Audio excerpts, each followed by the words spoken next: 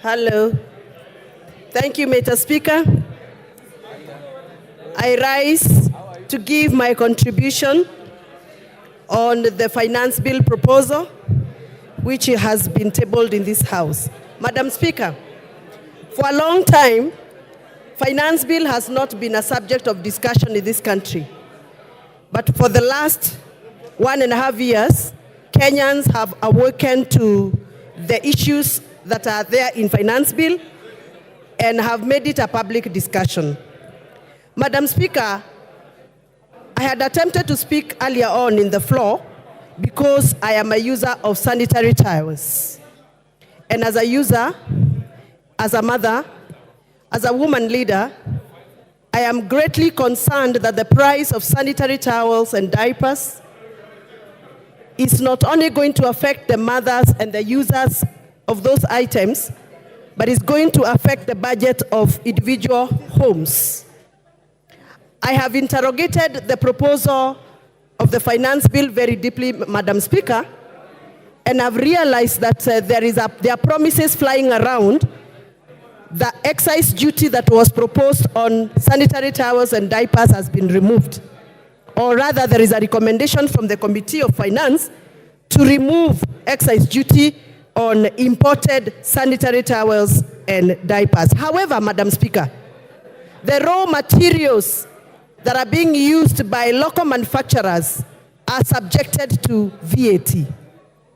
And if those raw materials are going to continue being subjected to VAT, the manufacturers will have no choice but to pass the cost of that VAT to the users.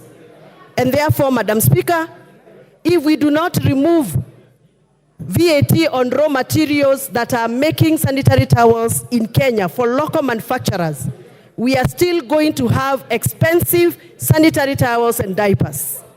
Madam Speaker, currently there are children who do not go to school when they are on menses because they cannot afford sanitary towels. If we add extra price on cost of sanitary towels, we are going to deter lives of many girls who can become powerful women in this country. Madam Speaker, in the spirit of making laws, we cannot make laws to obscure other laws. I have gone through the finance bill proposal and have noted that there are various proposals that have been put in the finance proposal that are going to deter us from implementing the laws we have made previously in this House.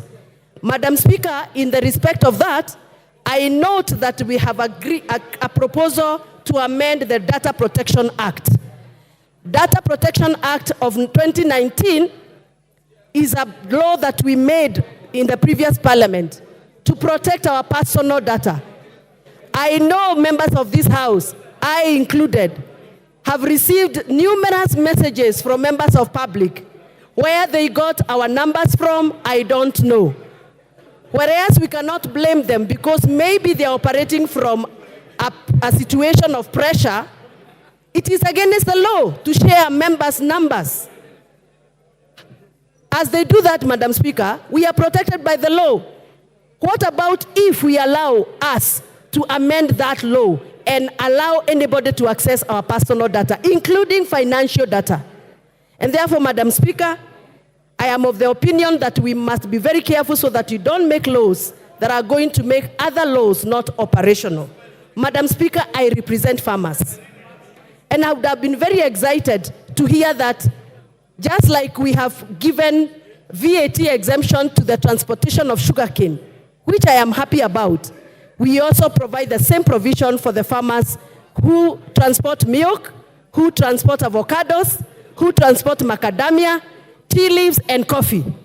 Madam Speaker, I understand that we want to make sure that we lower the cost of operation for sugar millers so that they can lower the cost of final product to us, which is sugar that we consume in our tea. But we also consume milk, and we also want to lower the cost of production of milk so that we can have affordable a cup of tea. And therefore, I would request this House to consider to also provide and extend the same treatment to my farmers in Githunguri. With those very many remarks that I have made and I have observed, I am still not convinced that I should support The Honorable Member for Homa Bay.